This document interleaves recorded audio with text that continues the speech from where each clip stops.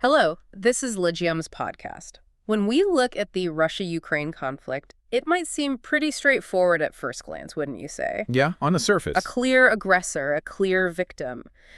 But what if I told you that beneath those daily headlines lies an astonishing, even overwhelming layer of complexity that goes back not just years, but centuries? It's absolutely true. We often gravitate towards simplifying these huge global events, but this conflict in particular, it's just such a dense tapestry. Woven from what, exactly? Well, deep historical grievances, for one, intricate geopolitical maneuvering, profound internal struggles within Ukraine itself. It's far, far more nuanced than most daily news can really capture. And that's precisely why today's deep dive is for you, the curious learner. Our mission isn't just to tell you what happened, but to truly unpack why it happened, hopefully revealing some surprising insights and maybe challenging some common perceptions along the way. We're going to try and navigate these dense layers of history, politics, culture. All the things that converged into this pivotal global event. Exactly. Let's delve into it. So let's begin by grounding ourselves in Ukraine itself. We hear about its ongoing struggles, but its geographical position tells a huge part of its story. It's truly a land of crossroads, isn't it?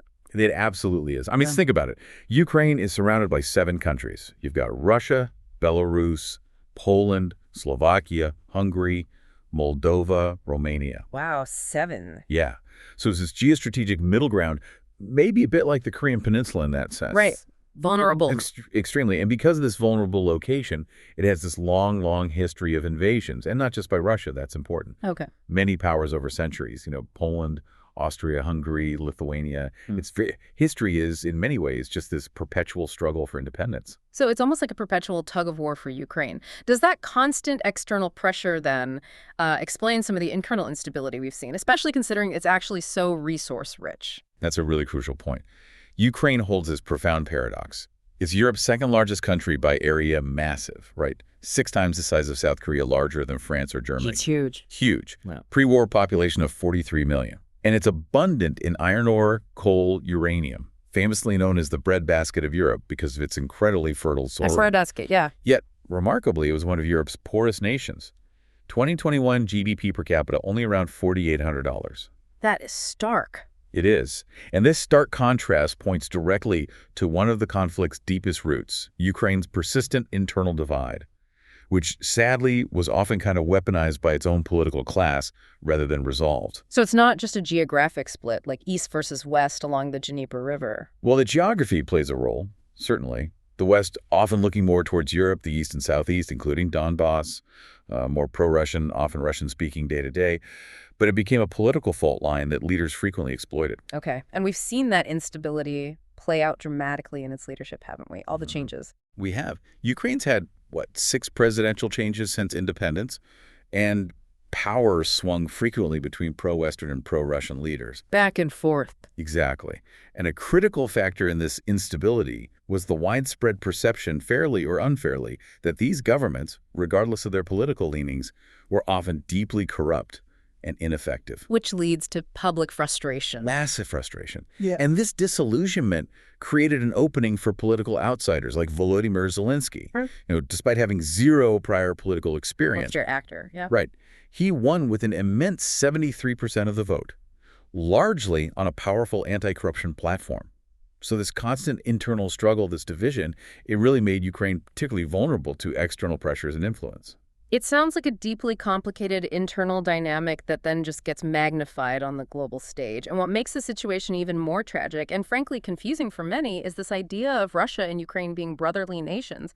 How deep do those shared roots actually go? The shared ancestry is quite profound, historically speaking. Russians, Ukrainians, and Belarusians all trace their shared origins back to Kievan Rus'. Kievan Rus, okay. That medieval East Slavic state that's really seen as the foundational cradle for all 3 nations. Kiev was the center. And for something like 600 years, they were often part of the same political entities. Kievan Rus is then later Tsarist Russia, and of course the Soviet Union.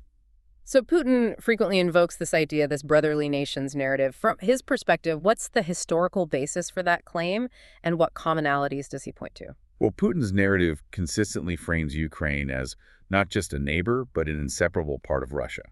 He's even asserted that Ukraine itself was sort of created by figures like Lenin and the Bolsheviks, who he argues fostered Ukrainian statehood artificially. Right. And he points two very real commonalities: shared East Slavic ethnicity, languages that are, quite close. Orthodox Christianity is the dominant religion, many intertwined cultural elements. It's very common to find mixed families across the border. And Zelensky himself. It's worth noting, President Zelensky himself is a native Russian speaker.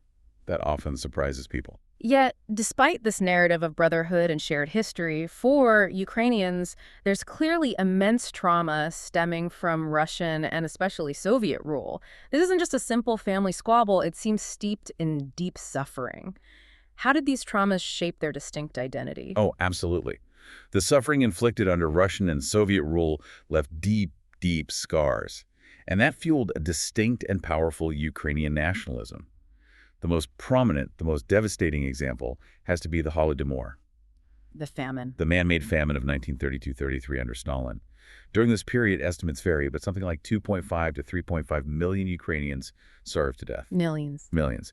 Due to forced collectivization and the deliberate seizure of grain for export by the Soviet state, this act of essentially intentional starvation remains a profound national trauma for Ukrainians. It's a powerful force driving their sense of a separate and independent identity. And World War II only compounded that suffering, didn't it? The scale of loss was enormous. Absolutely enormous. The human cost during World War II for Ukraine was immense. Over 15 million Ukrainians died or were displaced. It's just staggering. Unimaginable. And this further solidified a distinct Ukrainian identity, separate from Moscow's control. And then you have these other historical twists like Crimea. Ah, yes, Crimea. Historically Russian for a long time, but then it was gifted to Ukraine by Nikita Khrushchev in 1954. Gifted? Why? Ostensibly to commemorate a 300-year-old treaty symbolizing Russo-Ukrainian unity. But this administrative decision, meant to symbolize unity, ironically just highlights the complex, sometimes arbitrary intertwining of their histories and how easily entire regions could be shifted on a map. That's an incredibly detailed look at their shared, yet often traumatic, past. So against this complex backdrop, one of the most frequently cited reasons for Russia's actions today is NATO expansion. Putin has famously called it a red line. What exactly is Russia's issue here? Where does this start? This really goes back to a crucial moment in 1990. Right as the Cold War was ending, during the talks about German reunification, U.S. Secretary of State James Baker verbally pledged to the Soviet leader, Mikhail Gorbachev, that NATO would not expand 1 inch eastward. A verbal pledge? Was it written down? That's the controversy. It was verbal, but declassified documents have since confirmed this verbal agreement took place. Russia absolutely interpreted this as a foundational promise for post-Cold War European security. But that promise, verbal or not, was clearly not upheld. We saw NATO expand steadily eastward over the next decades. That's exactly right. Despite that understanding, NATO expanded 5 times after the Cold War. It absorbed former Warsaw Pact members Poland, Hungary, Czech Republic. Right, countries formerly aligned with Moscow. And even former Soviet republics like the Baltic states, Estonia, Latvia, Lithuania. Right. Russia, which initially showed some willingness to cooperate, even considered joining NATO itself at one point. Really? Yes, in the early Putin years. But it became increasingly alarmed with each new member drawing closer and closer to its borders. So why was Ukraine's potential NATO membership so different? Why was that the ultimate red line, so fundamentally threatening for Russia compared to, say, Poland or the Baltic states joining? Ukraine joining NATO was seen as fundamentally different and existential threat for Russia. Putin himself used stark language, calling it a knife to Russia's throat. Why such strong language? The core concern was literal proximity. If NATO military infrastructure, potential missile strike systems were placed in Ukraine, the flight time to Moscow could be incredibly short. Some estimates were as low as 4 or 5 minutes. 4 minutes? Yeah. This was perceived as an immediate, direct, and frankly unacceptable threat to Russian national security. It changed the strategic calculus entirely. And it wasn't just a hypothetical concern about future membership, was it? We saw Ukraine becoming increasingly integrated with NATO, even without formal membership, especially after 2014. Yes, that's a key point. Particularly after 2014, the U.S. and NATO extensively modernized Ukraine's military. This wasn't small scale.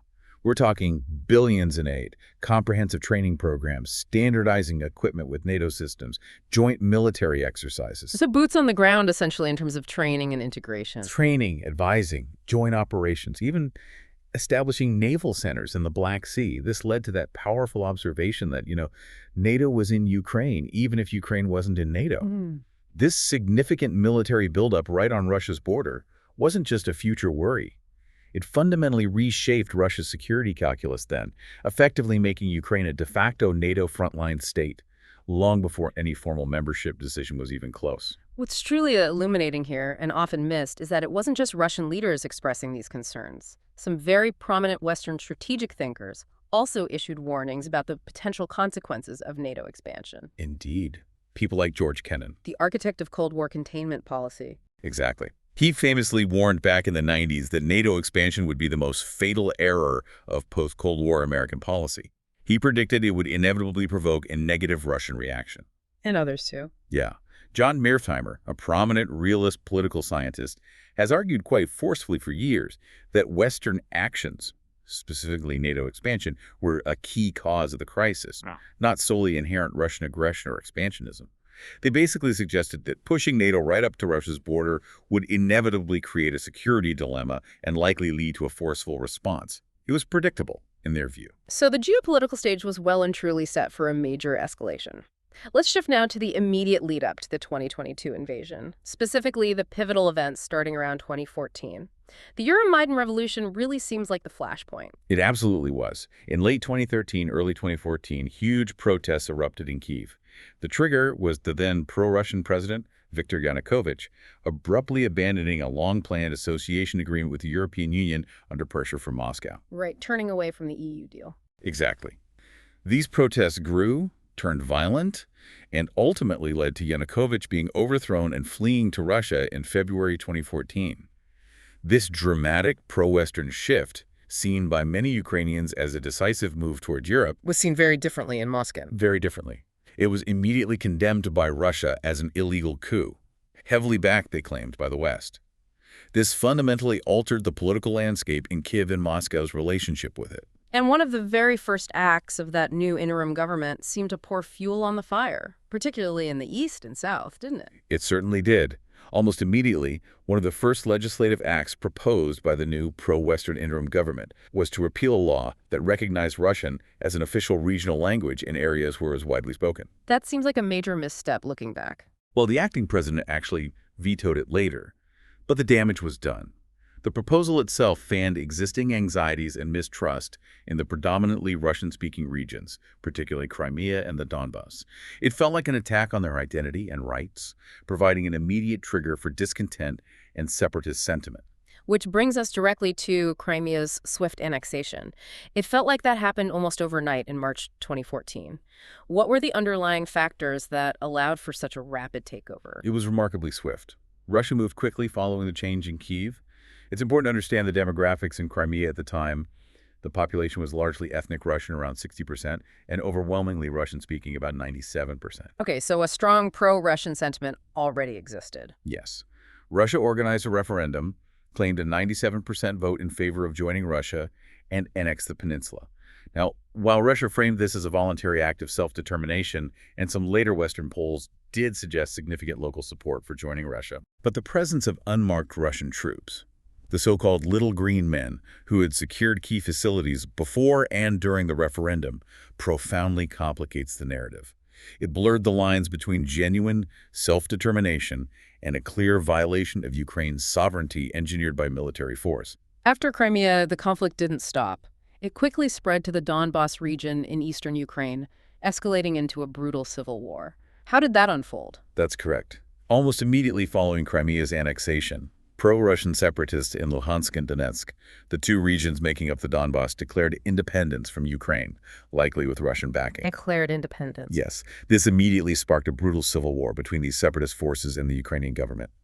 That war lasted for 8 long years before the full-scale invasion, claiming around 14,000 lives and displacing well over 1 million people. And there was an international effort to resolve this, the Minsk Accords, brokered by Germany and France. But they ultimately failed. Why was that? Yes. The Minsk II Agreement, signed in 2015, was the main framework. It aimed for a ceasefire and, crucially, a political settlement that would grant special autonomous status to these breakaway regions within a unified Ukraine. They'd get self-governance, but remain part of Ukraine. So reintegration with autonomy. That was the idea. But here's the crucial point. For 8 years, the key political provisions of Minsk II were never fully implemented. Both sides accused the other of violations, but Ukraine, in particular, faced major internal political obstacles to granting the kind of autonomy required by the agreement. So it just stalled. It completely stalled. And this failure, this non-implementation, became a key part of Russia's public justification for the 2022 invasion. Putin repeatedly accused Ukraine of sabotaging the agreement and persecuting Russian-speaking populations in Donbass. So bringing us to February 2022, when Putin launched what he termed a special military operation, he laid out his reasons publicly. What were the core justifications he presented for this large-scale invasion? Putin primarily cited 3 main justifications.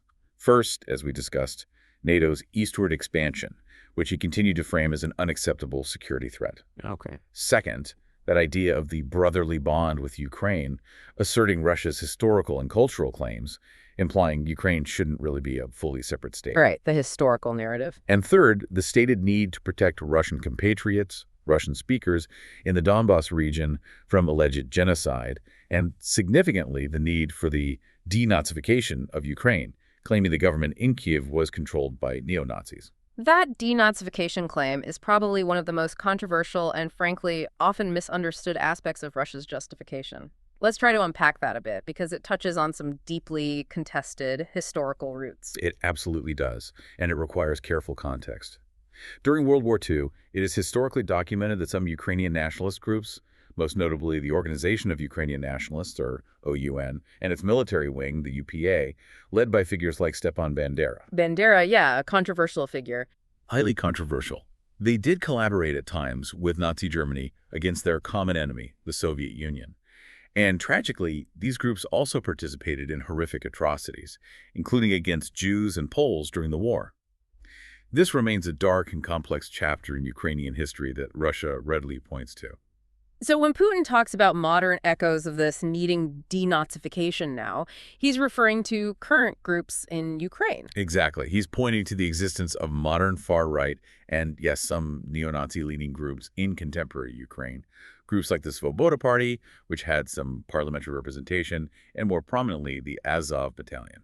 Azov, right. They started as a volunteer militia. Yes. Formed in 2014 to fight separatists in Donbass, and it did attract fighters with far-right and neo-Nazi backgrounds in its early days. It was later integrated into the Ukrainian National Guard. These groups certainly played roles in the Euromaidan Revolution and the subsequent Donbass conflict. But does their existence mean the whole government is Nazi? And that's the crucial distinction. It's vital to note that while these groups exist and their ideology is abhorrent, their actual electoral support in Ukraine has generally been very low, often in the low single digits. Many Ukrainians viewed groups like Azov, despite their controversial origins, primarily as effective defenders against Russian-backed forces. So, critically, the existence of such far-right elements does not equate to the entire Ukrainian government or state being a neo-Nazi regime. That's a massive exaggeration used as Russian propaganda. That distinction is incredibly important to make. And connected to this narrative, the portrayal of Putin himself often swings between seeing him as a calculating strategist or sometimes as almost a madman trying to revive the Soviet Union. Is that latter assessment accurate, or is there a more pragmatic, if ruthless, motivation at play? That reviving the USSR narrative, I think, often oversimplifies his motivations. Putin himself once famously said something along the lines of, "Anyone who doesn't miss the Soviet Union has no heart. Anyone who wants to restore it has no brain." Interesting quote. It suggests a recognition of the past, but not necessarily a desire to literally rebuild it brick by brick. His actions often show a cold pragmatism. Look at his past unwillingness to formally annex other pro-Russian Breitoy regions, places like Abkhazia and South Ossetia in Georgia, or Transnistria in Moldova. He didn't annex them after conflicts there? No, not even Donbass, until literally days before the full 2022 invasion. He often seemed to use these frozen conflicts as leverage, as tools to prevent countries like Georgia or Ukraine from joining NATO, rather than absorbing them outright. His ultimate goal appears less about recreating the USSR map and more about establishing a multipolar world order, where Russia is undeniably a major, respected, and influential global power with its own sphere of influence, free from perceived American dominance. That's a significant reframing of his core motivation, power, influence, not just territory or ideology. Given that, why then do we consistently see such high levels of reported support for Putin and the war among the Russian public? Numbers often cited are around 75%, even 83% for Putin himself. Is it purely state propaganda or is something else going on? It's definitely not purely propaganda, although the Kremlin's control over the media landscape is immense and undoubtedly shapes public opinion. But there seems to be a genuine resonance for the war's justification among many Russians. Like what? There's a deep-seated sense of national pride, a feeling of resentment towards the West, a sense of betrayal after the chaotic 1990s following the Soviet collapse, and what they perceive as broken promises, especially regarding NATO expansion. Many Russians genuinely credit Putin with restoring Russia's strength, stability, and international standing after that period of perceived weakness and humiliation. So a rally around the flag effect combined with historical grievances. Yes, and a narrative that this isn't really a war against Ukraine, but a defensive war against NATO and the U.S., using Ukraine as a proxy. A striking statistic from polls showed that a majority, something like 57% of Russians, believe the conflict was primarily with the U.S. and NATO, not just Ukraine. That fundamentally shapes their perception, seeing it as a necessary defense against Western encroachment. That perspective is certainly rarely heard in most Western media coverage, but are there any signs that this broad public support is starting to shift or crack? Or is it monolithic? It's not monolithic, and we are indeed seeing subtle but noticeable shifts. Generally, support for the war tends to be lower among younger Russians, the more highly educated, and those living in major urban centers like Moscow and St. Petersburg. Okay, demographic splits. Yes. And perhaps more critically, polling since around February 2023 has started showing a growing majority of Russians climbing over 50%, sometimes cited around 51%, expressing a preference for starting peace talks rather than continuing the offensive operations. That's a significant shift from the initial overwhelming support for the operation. It is. It suggests that while the initial justifications might have resonated, the prolonged nature of the conflict, the mounting casualties, even if not fully reported, and the economic costs, are increasingly taking their toll on public sentiment and leading to a greater desire for an end to the fighting, even if the support for Putin himself remains high. So, despite those potential shifts in public mood, the war itself grinds on. Let's look at the trajectory of the war on the ground. When it began, many, maybe most, expected a quick Russian victory, Kyiv falling in days. But that clearly hasn't happened.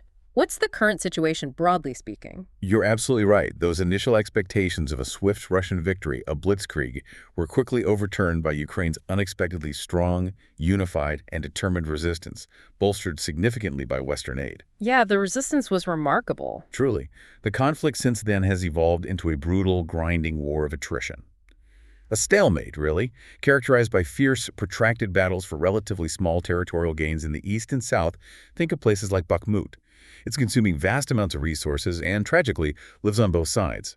Currently, Russia occupies roughly 15–18% of Ukraine's internationally recognized territory, an area roughly the size of South Korea, maybe a bit larger now. That's still a huge chunk of the country. And internationally, while the invasion itself was widely condemned at the UN, the response in terms of concrete actions like economic sanctions has been quite varied, hasn't it? What explains that discrepancy? It's a very interesting and important point. You're right, the UN General Assembly condemned the invasion. Overwhelmingly, 141 countries voted against Russia. Huge diplomatic isolation on paper. But sanctions? Actual participation in the comprehensive economic sanctions is far more limited. It's primarily the core Western bloc. NATO members, the EU, plus countries like Australia, New Zealand. In Asia, it's really only 4 key U.S. allies, Japan, South Korea, Taiwan, and Singapore, that have joined the sanctions regime. So who hasn't joined? Many major global players haven't. China, India, Brazil, South Africa, most countries in Africa, Latin America, Central Asia, and Southeast Asia have largely refrained from imposing sanctions on Russia. The reasons vary. Often it's cited as national interest, maintaining economic ties with Russia, particularly for energy or arms. For some, it's about historical ties dating back to the Soviet era, or a general reluctance to get involved in what they see as a conflict between Russia and the West. And some simply have different interpretations of the conflict's historical and geopolitical context, prioritizing their own strategic autonomy over aligning with the West. So, a much more multipolar response in practice than the UN vote might suggest. Looking ahead then, how might this war ultimately end? It feels like it could drag on indefinitely, but what are the most commonly discussed potential scenarios among analysts? It's the million-dollar question, isn't it? So several broad scenarios are frequently predicted, though none are certain. One outcome often discussed is the Korean model. A frozen conflict. Exactly. An armistice, but no formal peace treaty. A de facto partition of Ukraine along the line of control, creating a heavily militarized border similar to the Korean Peninsula. A long-term frozen conflict. What else? Another possibility is something resembling the original Minsk II model, but perhaps imposed after the fighting stops, where the occupied territories might gain some form of special autonomous status, possibly even recognized by Kyiv eventually within a nominally unified Ukraine.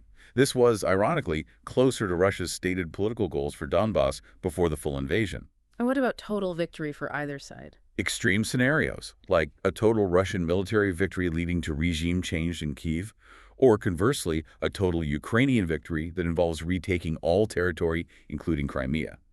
These are generally dismissed by most serious analysts as highly unlikely. Why unlikely? The costs would be astronomical for either side. And crucially, a Ukrainian attempt to retake Crimea in particular carries immense global risks, specifically the potential for Russian nuclear escalation, given Crimea's strategic importance and symbolic value to Moscow. The stakes become existential. Right, the nuclear dimension is always there. And one clear, undeniable outcome of this war, regardless of how it eventually ends, has been a significant shift in European security thinking specifically, a major rearmament effort. Absolutely undeniable. The conflict has been a brutal wake-up call for Europe.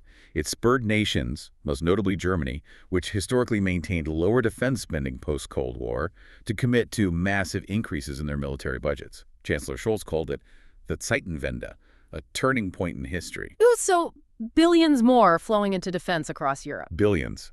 It's effectively marking the beginning of a large-scale rearmament across the continent, signaling a profound and likely long-lasting shift in European security policy. The lesson many seem to have learned is that you can't rely solely on diplomacy or economic interdependence. Military deterrence hard power is back at the forefront. Intentions can change quickly, but capabilities remain. We've really covered a tremendous amount of ground in this deep dive, moving far beyond the simple headlines to try and understand the complex how and why behind the Russia-Ukraine conflict. It's definitely a far more nuanced and frankly tragic picture than what often gets presented in black and white. It really is. And I think it's important for listeners to realize this conflict isn't just some distant event happening over there. It has tangible implications, ripple effects right into your world, particularly for nations like South Korea. That's a crucial connection to make. How does this war specifically connect to us here, especially when we think about the ongoing situation with North Korea? Well, the war has undeniably deepened Cold War-like divisions globally. You see a clearer alignment forming. Russia, China, North Korea perhaps drawing closer versus the U.S., South Korea, Japan strengthening their trilateral cooperation. A new Cold War dynamic. Potentially, yes. But what's perhaps even more critical is how the lessons drawn from Ukraine might influence North Korea's strategic thinking. For example, Ukraine famously gave up its Soviet-era nuclear weapons in the 1990s in exchange for security assurances from Russia, the U.S., and U.K. assurances that ultimately failed to prevent invasion. The Budapest Memorandum. Exactly. From Pyongyang's perspective, this likely reinforces their deeply held belief that only possessing their own nuclear deterrent can truly guarantee their regime's security and survival. It makes convincing them to denuclearize, which was already incredibly difficult, arguably even harder in the current geopolitical landscape. They see Ukraine's fate as a cautionary tale. That's a stark and sobering connection indeed.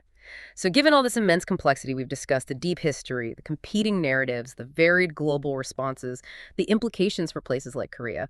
What's maybe a final provocative thought for our listeners to consider as they reflect on this deep dive?